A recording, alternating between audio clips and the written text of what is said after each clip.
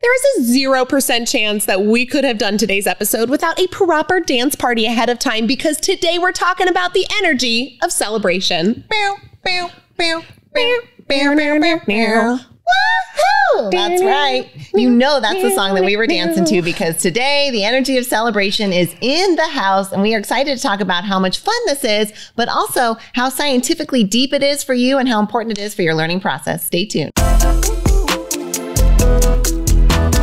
Hi, we're sisters Kay and Shi, and we're the hosts of the Infinite Energy Podcast. We believe that everyone has the power to live a more energized, optimistic, and fulfilling life. In every episode, we share tips and techniques for harnessing your own power and creating the life you deserve. Get ready to ignite and discover the limitless power of infinite energy.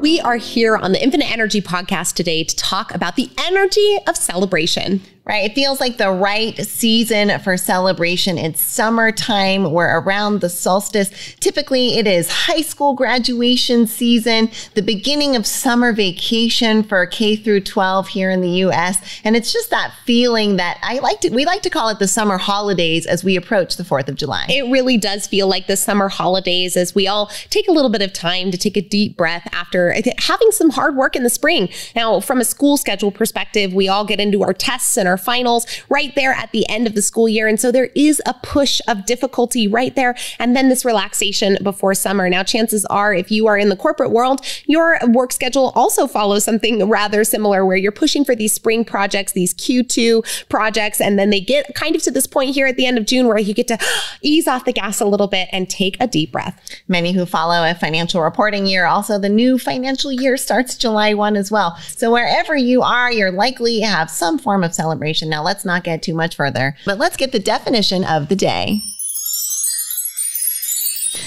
Celebration, the action of marking one's pleasure at an important event or occasion by engaging in enjoyable, typically social activity. So marking one's pleasure at an event or occasion by engaging in a enjoyable activity. That is the energy of celebration. Okay. So I want to take this first word, marking, right? Because it signifies that celebration has to be intentional, right? There is a verb literally beginning this definition, which means that at its essential core, celebration is about taking action.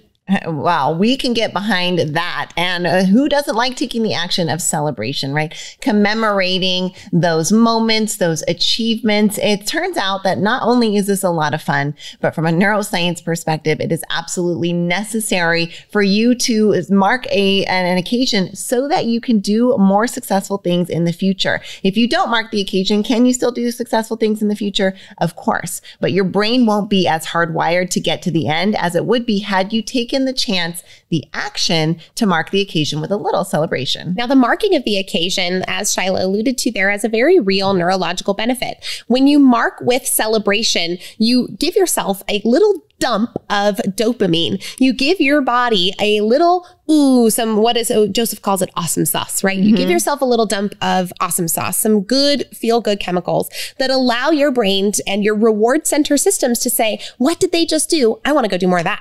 Right? That's literally what your brain's response is to celebrations. When you graduate and there's the big party and then you finish, your brain goes, do more of that, like accomplish things, get degrees, right? So not only is attending a graduation ceremony good for you and it feels good, it also helps you ensure that future projects will get done more completely because you've marked the occasion, you've wired your brain to be more successful in the future. So it's fun and we want to enjoy that energy, but we really want to sell you on the fact that it's also extremely good for you if you want to form new patterns or new habits or get into new things or learn new things. Then understanding that the energy of celebration isn't just for fun, but that it's scientific can help you get to that next level without it feeling like a chore. Now, raise your hand if you kind of think that kindergarten graduations are a sham. I mean, maybe you're not.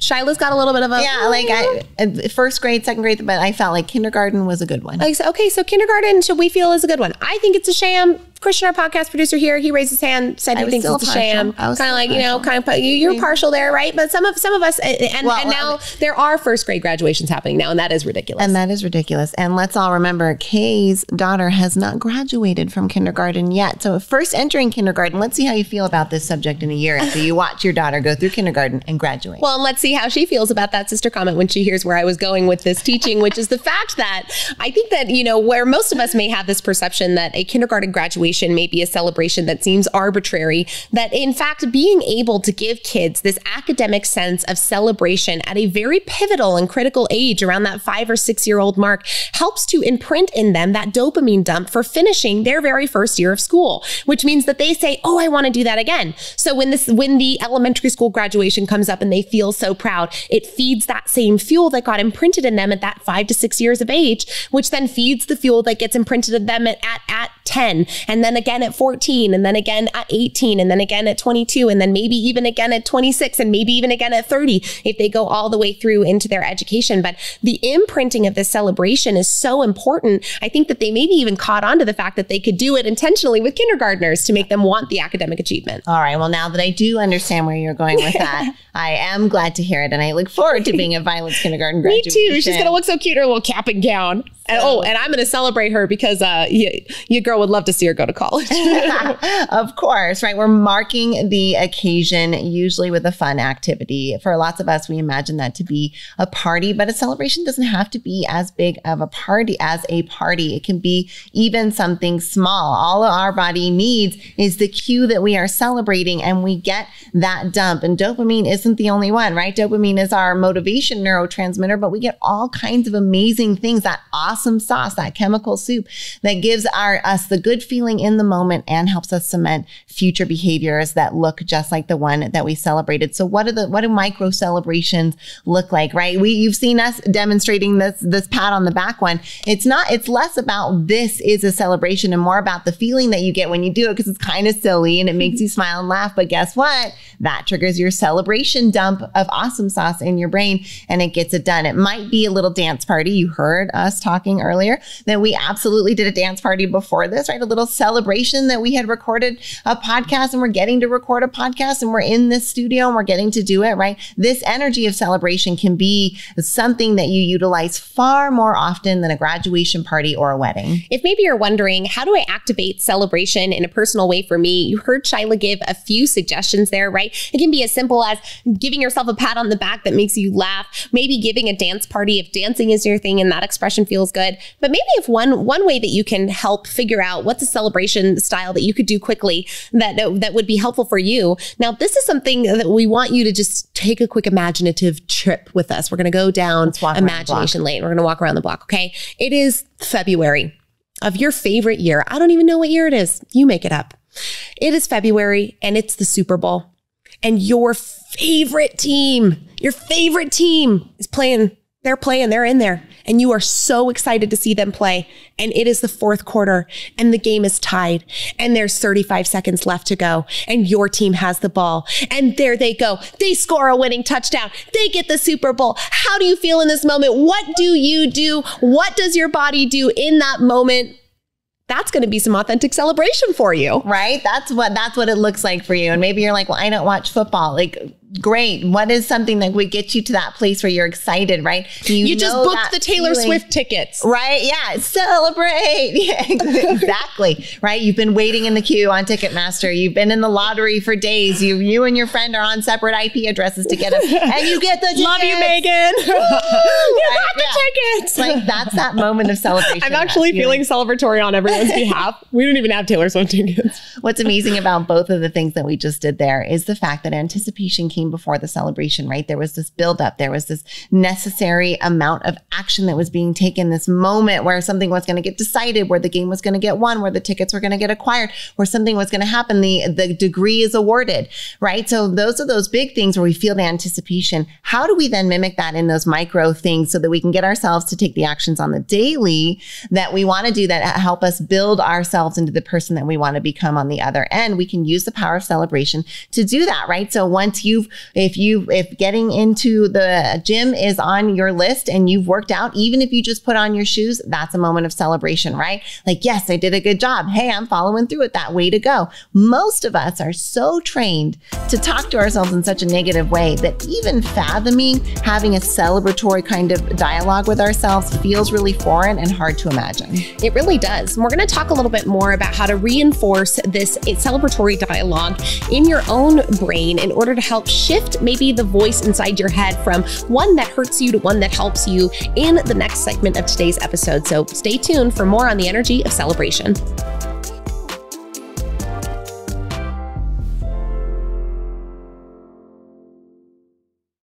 Truth Talk, we're back after 31 days off social media, and this time it's been hard. It was way harder. We missed all of you. We missed scrolling. We missed all the highlights, but we're so happy to be back. All along, we have been planning exciting events coming up here. We can't wait to share with you now that we are back. So be here to follow along for all things Kay Shi. And we saw so many of you tuning into the Infinite Energy podcast while we were away, and we are so glad that you did.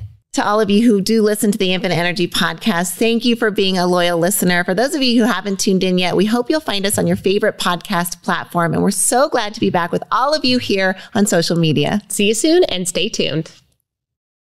We're talking leadership this week, and one of the organizations we are so proud to be at the helm of is the Neuroencoding Institute. We got to co-found the Neuroencoding Institute alongside Dr. Joseph McClendon III, amazing world-renowned neuropsychologist and incredible mentor and teacher. If you're at all interested in learning more about what the Neuroencoding Institute does and what it can do for you, please visit neuroencoding.com. You're enjoying this episode on Angel Phoenix Productions Podcast Network. To explore a complete lineup of quality programs and media production services, head on over to angelphoenix.com or like our Facebook page at facebook.com/Angel Phoenix Productions.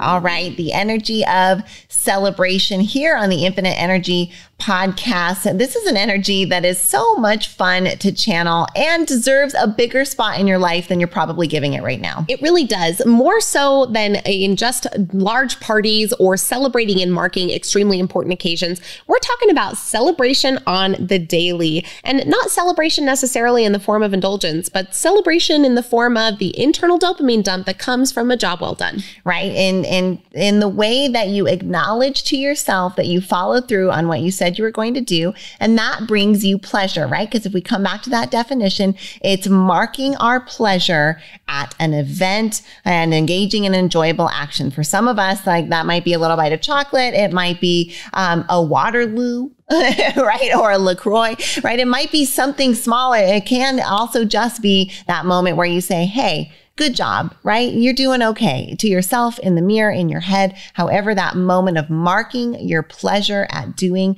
what it is that you said you were going to do. That's what celebration is. So there's probably lots of things that you're proud of, right? If you are well hydrated, if you have a good exercise routine, if you've got relationships that you're proud of, if your career is flourishing, if you've got a beautiful garden, if you are spiritually centered and you feel harmonious and peaceful, all of those things are worth celebrating and likely are the result of accumulated long-term actions that got you to the place where you can be proud of that today. Now, there are lots of ways that you can express celebration to yourself, from large things to small things. You've heard us talk about parties. You heard Shyla talk about some intake methods there, maybe with drinking something fizzy or eating a small piece of chocolate. You can also say positive things to yourself. You can go into the mirror and say, I'm so proud of you. Look yourself in the eyes. Tell yourself that you love yourself. It sounds like it might be weird, but we promise that this works, right? Words of affirmation can be a way of celebrating yourself in a really beautiful way. Even if it's just, you go to the grocery store, you go home and you cook a meal. And at the end of that, you say, look, you didn't go to fast food today. You cooked a meal and I'm so proud of you. maybe just say thank you to yourself. Give yourself that word of affirmation. Say thank you, right? Thank you so much, self, right? I'll do this. This is actually a way that I have helped to enforce a bed making habit in myself. After I make my bed in the morning, I give gratitude to both myself and to the bed, right? Thank you, bed, for being my bed and for supplying me a place to be for a third of my life. And thank you, self, for creating a beautiful environment every single day for you to live in. Now, these small gratitudes end up being celebration. Remember, it's not about having some big giant thing that releases the dopamine. It's just about releasing the dopamine in whatever way that you can get it.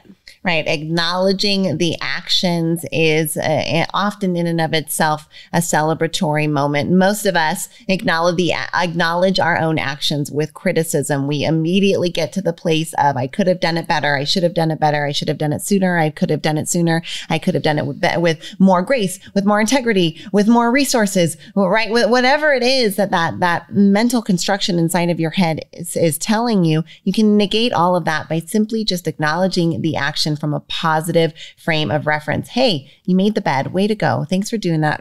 You know what? Tonight you is really going to be grateful for that nice, cool bed that was made, right? So acknowledging the action from a positive frame of reference is enough to get your brain to give you the celebratory neurotransmitter dump that allows you to then cement in those pathways to take that action further. It's not the huge thing. Now, you should engage in huge celebrations. And we like to use celebrations even in ways of like, okay, we're going to put a big celebratory thing on the calendar and then we're going to work really hard towards it. And that's going to be our celebration, right? So you can get strategic with big celebrations. And I know when I was going through my master's program, I really anchored on the future idea of my Facebook post on graduation day. Now that sounds ridiculous, but for 5 years, I would imagine that post. And I loved when I finally got to post that post. I loved it. I look back on it now. So I anchored it into the future, and in the past now I anchor to it, but it was a celebration moment for me, right? It was that hard work, that action, and allowing myself to have something that was celebratory, even a small picture, and anchor to it got me through it better. What I love about this, Shai, is that you're using the power of celebration to pull you through difficult moments, right? That's exactly what celebration can do. Not only can it reinforce the habits that you're looking to build, it can also help you to overcome challenges in the moment when you're looking toward a celebration in the future. And so remembering that celebration has a regular place in your life can really benefit you if you're looking to live more easefully and more joyfully. Now, I want to bring forward here a framework by a gentleman by the name of Gary Chapman, and he talks about the 5 love languages. Now, if you may have heard of the 5 love languages before, if you haven't, would highly recommend you go take the free quiz, find out what your love languages are, find out what you need. It's great for when you're in a relationship, but as a single woman who's recently gone through a major transition in a relationship, I've learned that the 5 love languages are not only applicable when you're in a relationship with other people, but the 5 love languages are really applicable when you're in a relationship with yourself. I've made it my personal challenge this summer to buy myself flowers, write my name in the sand, talk to myself for hours, hold my own hand. Yes, I'm quoting Miley Cyrus right now, and you all love it. But the point of this being that I have found in my challenge of loving myself throughout, especially this summer, is that I want to lean and have been leaning into my love languages as they apply to me. Now, for me, love languages, for me personally, are quality time and acts of service. So I've been finding ways to serve myself. I've been finding ways to spend time with myself through journaling, through solo trips, through spending quality time doing chores in my own space, right? Serving me. And this form of celebration, celebrating me in a way that is authentic to how I choose and would love to receive love from others and myself, has been extremely empowering. If it's too hard to start with celebrating yourself, one of our favorite neuro hacks here is to start by celebrating others, because when we start to celebrate others' accomplishments that look like the things that we want to accomplish, it actually resonates that back to us and allows us to see more and more of that in our own lives, right? It's like, okay, you'll often hear Kay and I, if you're out and about with us and we see somebody running, we'll vocally say, way to go, girl. Way to get it, guy. Come on, let's let's go, right? Like we're celebrating the fact that they're out there being active and physically engaging their body. We celebrate them on just that human level for what they're doing. And we also know, right? It's sincere in that we're celebrating for them, and it's strategic because that amplifies that pathway for us. Oh, being active equals a celebration, right? It makes it easier for you to take that action without you even actually having to take the action. So celebrating others who are doing what you want to do rather than criticizing them or being worried that because they're successful, you can't be in whatever realm that is. We celebrate them, and that allows it to amplify in our life. So a hack you should definitely take forward and watch it amplify in your life. Right. Well, we want to be the change we want to see in the world, right? So if you are seeing change that is exciting to you, you be that in yourself as well. Allow yourself the opportunity to celebrate it in others. Now, I'll be the first to admit that I have absolutely been the person who has seen the person running on the side of the road and been like, of course, they're out here all fit and hot at 3 p.m. on an August afternoon, sweating like I've been pretty freaking judgmental about people working out, which is in hindsight really interesting because up until about 2018, I really struggled with having a consistent workout habit. But you can see how if every time that I personally saw somebody out there working out or getting their workout on or challenging themselves, that if I allowed myself judgment toward them, what does that mean I'm doing when I take that action? Probably means I'm judging me too. And so this can be, like Shyla said, a hack for kind of shortcutting the habit of celebration and allowing yourself the opportunity to go through celebrating somebody else and then watching how it changes your narrative about yourself. Well, we've probably all heard this concept of shifting from criticism to curiosity and how helpful that can be for us in our own positive mental framework and mindset as we move forward and move into the challenges and difficulties in our life. But sometimes I find it rather difficult to move from critical to curious. And so instead, being able to shift into celebration mode about someone's actions, I actually find that a lot easier if I'm wanting to default to criticism, to judgment, then if instead of getting curious, oh, I wonder why they're doing that, or I wonder what the circumstances are. Sometimes that's difficult for me. Instead, I can often shift into a celebration mode. I'm glad that they took action. Hey, way to go. They're out there trying to do something. Hey, okay, I see what's going on here, right? Like, it might not have been the same decision I would have made, but way to go and taken forward progress on that, right? So I think sometimes celebration can help us give another dimension when we're in that critical space, like Kay just mentioned. Now we're going to talk a little bit more about the dynamics and dimensions of the energy of celebration in the last segment of today's podcast on the energy of celebration. Stay tuned.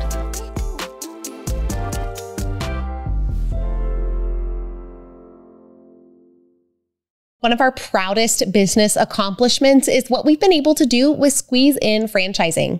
The Squeeze In is a breakfast lunch restaurant featuring the best omelets on the planet, and it's been around for almost 50 years. And now you can have a Squeeze In your community. We've seen how this business transformed our families, and now we are so excited to offer this to families around the country to see how this little restaurant might change their family and their community. If you're wondering how to set up your adult children for legacy and success through a small business, then the Squeeze In is an option we urge you to consider. Come find out more about Squeeze In franchising at squeezein.com.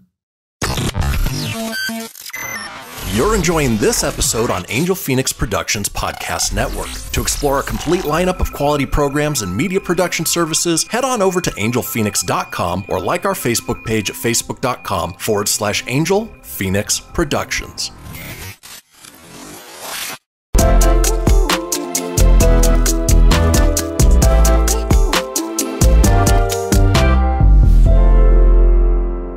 We've talked about celebration on the macro. We've talked about celebration on the micro. We've talked about how to cultivate it, how to maybe turn it inward toward yourself, how to turn it outward toward others, and more. Now let's talk a little bit about the dynamics and dimensions of the energy of celebration. As always, we're talking about the energy, which means those dynamic forces at play. Now, the forces at play that are dynamic in the energy of celebration are fun ones, which is always a fun experience for us to get to bring forward and present. But all of these different forces at play, they're multifaceted. They contribute to our overall experience. And ultimately, what typically the emotional patterns that accompany celebration are joy, positivity, and connection. So let's talk about some of these key energy dynamics. Now, the first one that celebration brings forward is positive energy generation.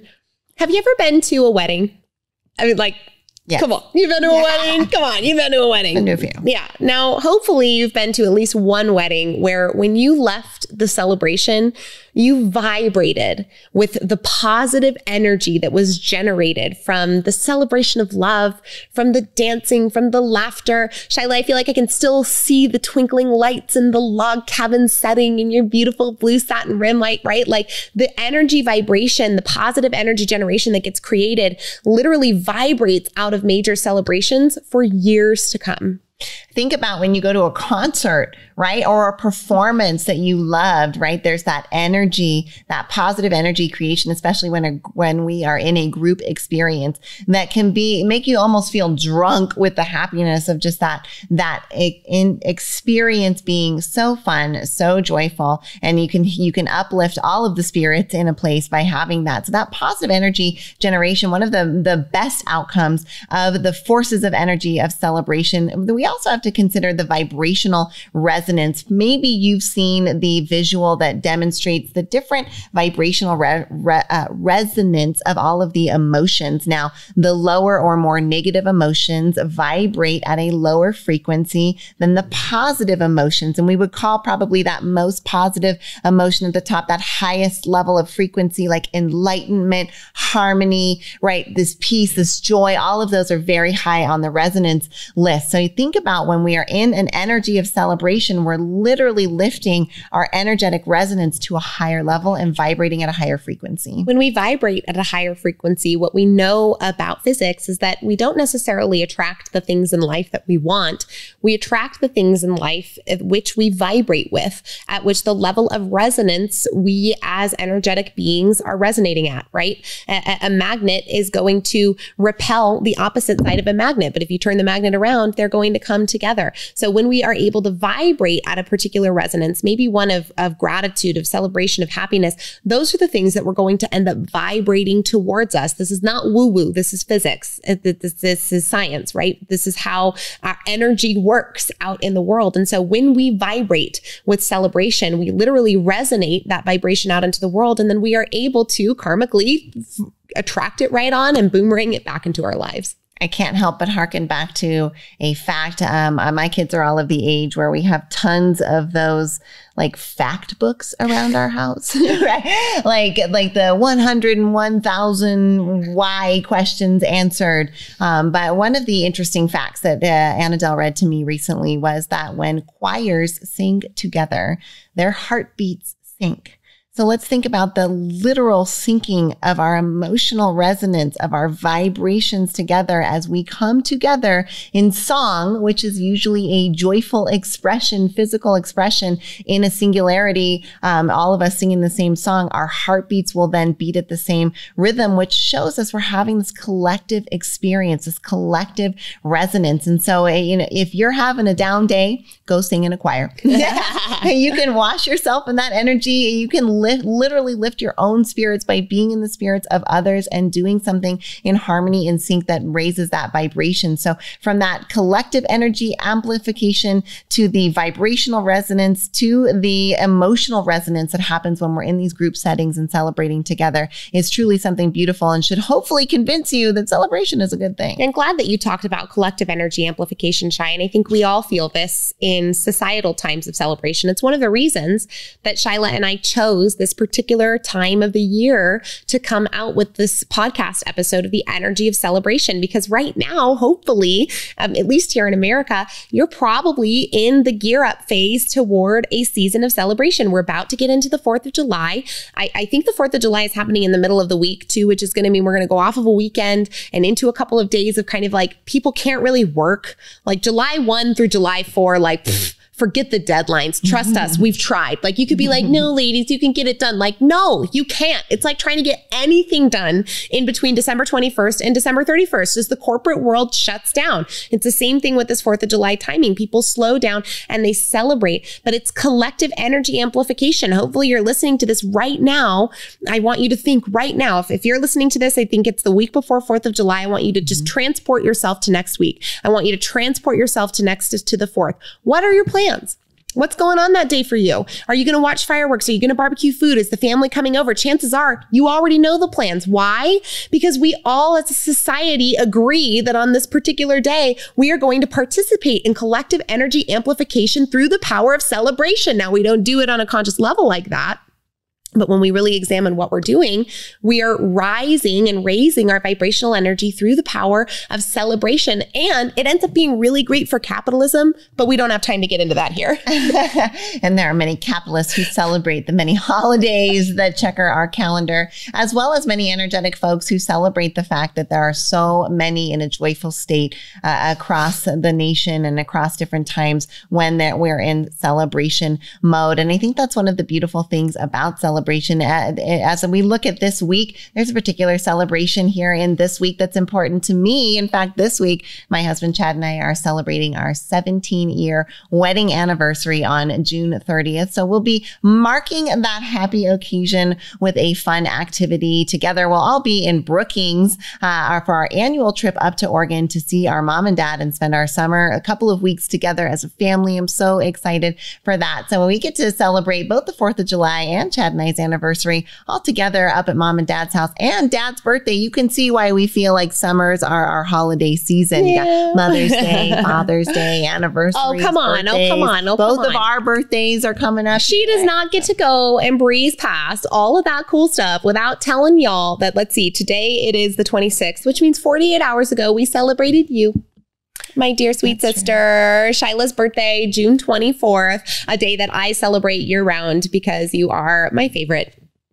Period. Well, thank you so much. I appreciate that. And I appreciate that we get to celebrate so much together. In fact, Kay and I, while we're recording this obviously ahead of time, but you should know that we spent my birthday, and I'm sure we had an amazing time in Los Angeles, getting certified by Sadhguru in a method for inner engineering. And we're really excited that we got to and get to do that. But this is one of the ways that we're marking some celebrations for ourselves. That is, it's both a learning experience, but also a celebratory one for us. Truthfully. And this is the way that we love celebrating now. We celebrate and we mark occasions with learning experiences, with nature experiences, with relaxation together. We find ways to intentionally add and mark celebration into our life all the time. Remember, even at the beginning of this episode, we told you, and this is real, we celebrated before we even got into this by dancing to the song Celebration by Kool and the Gang, because it's that important. I celebrate myself on the bike every morning. Shyla celebrates herself on the treadmill every day. We are celebrating ourselves when we eat our veggies, when we drink our water, when we go to the bathroom. You know why? Because going to the bathroom signifies that you're hydrating yourself. Well done. Way to go. Right? And it can be as simple as that when reinforcing the habits that ultimately will help you live a more easeful and joyful life. If you've made it this far into the episode, we celebrate you. We're so grateful for you. Thank you for being a part of the Kay and Shi sibling sisterhood. We love that you're part of it. And we love that we get to celebrate alongside you as our lives unfold, as your lives unfold, and as we do this thing, life together. Now, if you've enjoyed this episode, we sure hope you'll help us celebrate a little bit more by liking, sharing, commenting, and subscribing. And remember that this episode, as always, comes at you with so much love from your sisters, Kay and Shi.